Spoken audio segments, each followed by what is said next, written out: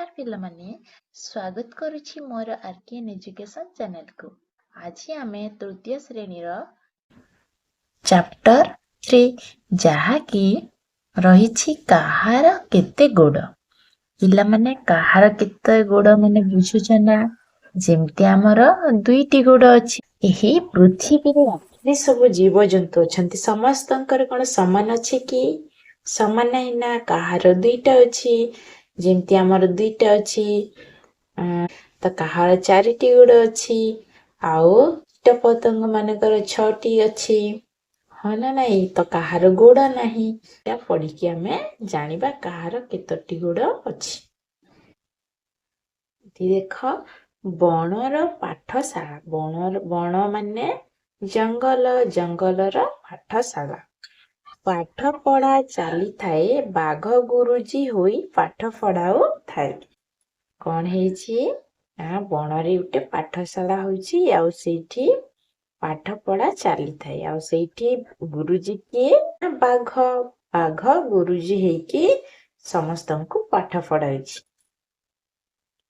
बाघ कौन कहूछि?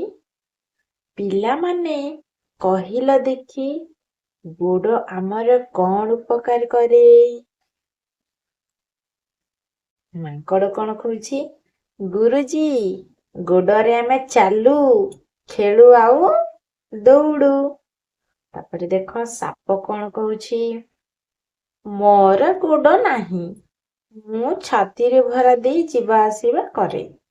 से कौन कहूछि? साप देखिसिबा सापर गोड़ अछि कि पिला माने? सापर तो गोड़ नाही, से तार छाती रे भरा देके जीवा आसीबा करि थाए।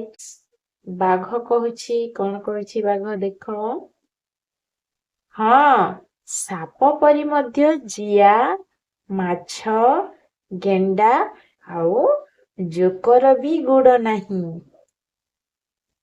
काहार गोड़ नाही पिला माने? साप, जिया, माछ, गेंडा आउ जोक एमानंकर गोड़ नाही।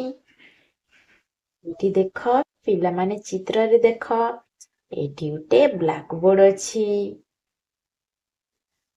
हाँ ना नाही? एठी उठे ब्लैक बोर्ड अछि। बाघ देख गुरुजी ହେଇଛି ଆଉ ଠିଆ ହେଇକି ସେ ସମସ୍ତଙ୍କୁ ପଢାଉଛି। ପାଠ ପଢିବା ପାଇଁ କିଏ କିଏ ବସିଛନ୍ତି ପିଲାମାନେ? ମାଙ୍କଡ, ସାପ, ହାତୀ, କାଉ, ଏଠି ଦେଖ ମୟୂର, ଏମାନେ ସମସ୍ତେ ବସିକି ପାଠ ପଢୁଛନ୍ତି। ମୟୂର କଣ କହୁଛି? ଗୁରୁଜୀ ମୋର ଯେମିତି ଦୁଇଟି ଗୋଡ଼, ସବୁ ପକ୍ଷୀଙ୍କର ମଧ୍ୟ ଦୁଇଟି ଲେଖାଏଁ ଗୋଡ଼ ଅଛି। ହଁ ହଁ ମଣିଷର ବି ଦୁଇଟି ଗୋଡ଼। ମୟୂର କଣ କହିଲା? ଗୁରୁଜୀ ମୋର ଯେମିତି ଦୁଇଟି ଗୋଡ଼ ଅଛି ଆଉ ସବୁ ପକ୍ଷୀଙ୍କର ଦୁଇଟି ଲେଖାଏଁ ଗୋଡ଼ ଅଛି, ସେମିତି ମଣିଷ ମାନଙ୍କର ବି ଦୁଇଟି ଗୋଡ଼ ଅଛି। କଣ କହୁଛି? କିନ୍ତୁ ମୋର ଚାରିଟି ଗୋଡ଼ ଅଛି। ସିଂହ, ହରିଣ ଓ ଠେକୁଆ ଭାଇ ମାନଙ୍କର ବି ମୋ ପରି ଚାରିଟି ଲେଖାଏଁ ଗୋଡ଼ ଅଛି। ତାପରେ ମାଙ୍କଡ ମୋର ବି ମଧ୍ୟ ଚାରୋଟି ଗୋଡ଼। ମୋ ଆଗ ଦୁଇ ଗୋଡ଼କୁ ହାତ ପରି କାମରେ ଲଗାଇ। ମାଙ୍କଡ କଣ କହୁଛି ପିଲାମାନେ?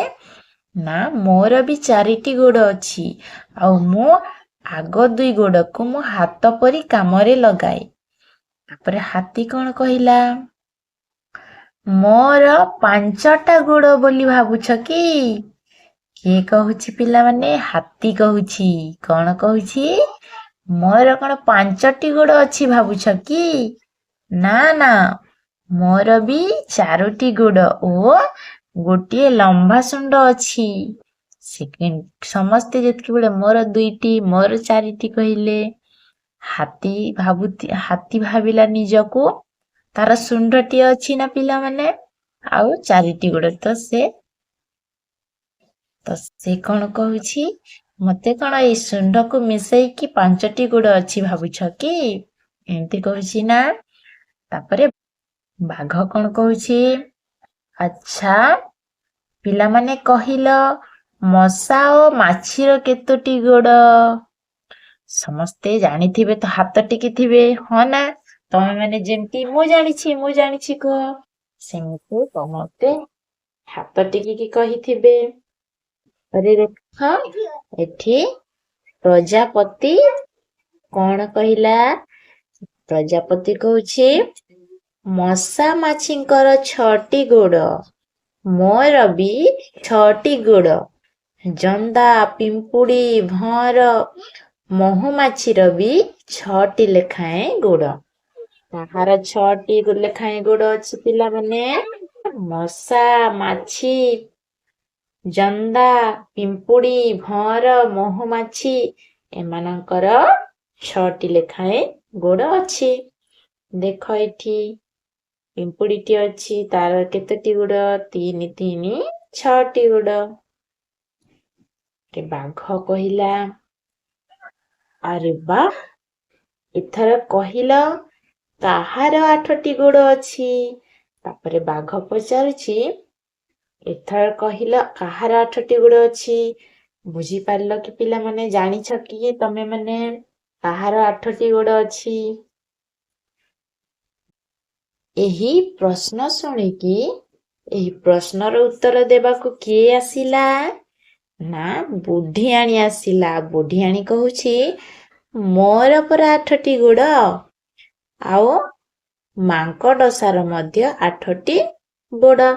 ଆମେ ଜାଲ ବୁଣି ସେଥିରେ ରହୁ। କଣ କହିଲା ବୁଢିଆଣୀ? ମୋର 8ଟି ଗୋଡ଼ ଆଉ ମାଙ୍କଡସାର ମଧ୍ୟ 8ଟି ଗୋଡ଼ ଅଛି, ଆଉ ଆମେ ଜାଲ ବୁଣିକି ସେଥିରେ ରହୁ। ଦେଖିଛ ପିଲାମାନେ ବୁଢିଆଣୀ ମାଙ୍କଡସାର ଯୋଉ ଜାଲରେ ତିଆରି କରିଥାଏ? ସମସ୍ତେ ଦେଖିଥିବ ନା? ହଁ, ଦେଖିଥିବ ସମସ୍ତେ। ଚାଲ ଏବେ ବାଘ କଣ କହୁଛି ଦେଖିବା। ତାପରେ ବାଘ ସେଇ ବୁଢିଆଣୀର କଥା ଶୁଣି ତାପରେ କଣ କହିଲା? ବହୁତ ଭଲ। ପିଲାମାନେ ଜାଣିଛ କି ଗୋଟିଏ କୀଟ ଅଛି, ତାର 30ରୁ ଆରମ୍ଭ କରି 382 ପର୍ଯ୍ୟନ୍ତ ଗୋଡ଼ ହୋଇପାରେ। ଏହି ଅଦ୍ଭୁତ କୀଟର ନାମ ହେଲା କଣ ପିଲାମାନେ? ଭାବି ପାରିଲ କି କିଏ ହେଇଥିବ? ସେ ହେଲା ବିଛା। ବିଛାର 30ରୁ ଆରମ୍ଭ କରିକି 382 ପର୍ଯ୍ୟନ୍ତ ଗୋଡ଼ ହୋଇପାରେ। ତୁମେ ମାନେ କିଏ ବିଛା ଦେଖିଛ କି ପିଲାମାନେ? ଦେଖିଥିବ ନା ବିଛା? ହଁ, ନିଶ୍ଚୟ ଦେଖିଥିବ। ପରେ ବାଘ କିଏ ଦେଖିଛ କି କହିବାରୁ କାଉ କଣ କହୁଛି? ହଁ, ମୁଁ ଦେଖିଛି। ସେ ପ୍ରାୟ ଅନ୍ଧାରୁଆ ଓ ଓଦା ଜାଗାରେ ରହେ, ଗଛର ଛାଲି ଭିତରେ ଆଉ ଓଦା ଘାସ ପତ୍ର ତଳେ ରହେ। କାଉ କଣ କହିଲା? ହଁ, ମୁଁ ଦେଖିଛି, ଆଉ ସେ ଅନ୍ଧାରୁଆ ଓ ଓଦା ଜାଗାରେ ରହେ, ଗଛର ଛାଲି ଭିତରେ ଆଉ ଓଦା ଘାସ ପତ୍ର ତଳେ ରହିଥାଏ। ବାଘ କଣ କହିଲା? ଆରେ ବା, ତୁମେ ମାନେ ତ ବହୁତ କଥା ଜାଣିଛ। ତାହେଲେ ଆଜି ଆମେ ଅନେକ ଜୀବଜନ୍ତୁଙ୍କ ଗୋଡ଼ ବିଷୟରେ ଜାଣିଲେ। ଆଜି ପାଇଁ ଏତିକି ଥାଉ। ତାପରେ ବାଘ ସମସ୍ତଙ୍କୁ ସାବାସି ଦେଲେ। ଆଉ ତମେ ମାନେ ବହୁତ କଥା ଜାଣିଛ। ତାହେଲେ ଆଜି ଆମେ ସମସ୍ତ ଜୀବଜନ୍ତୁଙ୍କ ଗୋଡ଼ ବିଷୟରେ ଜାଣିଲେ। ଆଜି ପାଇଁ ଏତିକି ଥାଉ କହିଲେ କିଏ? ବାଘ ଗୁରୁଜୀ। ସୂଚନା ଦିଆଯାଇଛି ପିଲାମାନେ ଯେ ଅଭିନୟ କରିବା ସମୟରେ ଜୀବଜନ୍ତୁଙ୍କ ମୁଖ ବ୍ୟବହାର କରିକି ସବୁ ଅଭିନୟ କରିବା। ସମସ୍ତ ଶିକ୍ଷାର୍ଥୀ ତାପରେ କଣ କହିଲେ? ଶେଷରେ କଣ କହୁଛନ୍ତି? ନା, ଧନ୍ୟବାଦ ଗୁରୁଜୀ। ଏଠି ଦେଖ, ଚିତ୍ରରେ ଦେଖ ପିଲେ, ଛବି ଦେଖ ପିଲେ। ଛବିରେ କଣ ଅଛି? ଏଠି ମାଙ୍କଡ, ତାର 4ଟି ଗୋଡ଼ ଅଛି। ସେ କହିଥିଲା ମୋର 4ଟି ଗୋଡ଼ ଅଛି, ଆଉ ଆଗ 2 ଗୋଡ଼କୁ ମୁଁ ହାତ ପରି ବ୍ୟବହାର କରିଥାଏ ବା କାମରେ ଲଗେଇଥାଏ। ଦେଖ, ତାର ଗୋଟେ ଗଛ ଡାଳକୁ ଧରିକି ସେ ଝୁଲୁଛି। ଏଠି ସିଂହର ବି 4ଟି ଗୋଡ଼, ଘୋଡାର 4ଟି ଗୋଡ଼,